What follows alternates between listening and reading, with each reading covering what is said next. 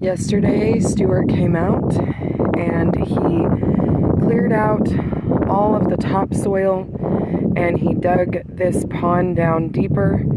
It was not holding water and it just kept losing water. This pond is completely dry and it hasn't even held any of the recent rains that we've gotten. So Stuart dug everything out, and we're going to be using bentonite to help stabilize the bottom of the pond. Like and subscribe to see the finished product.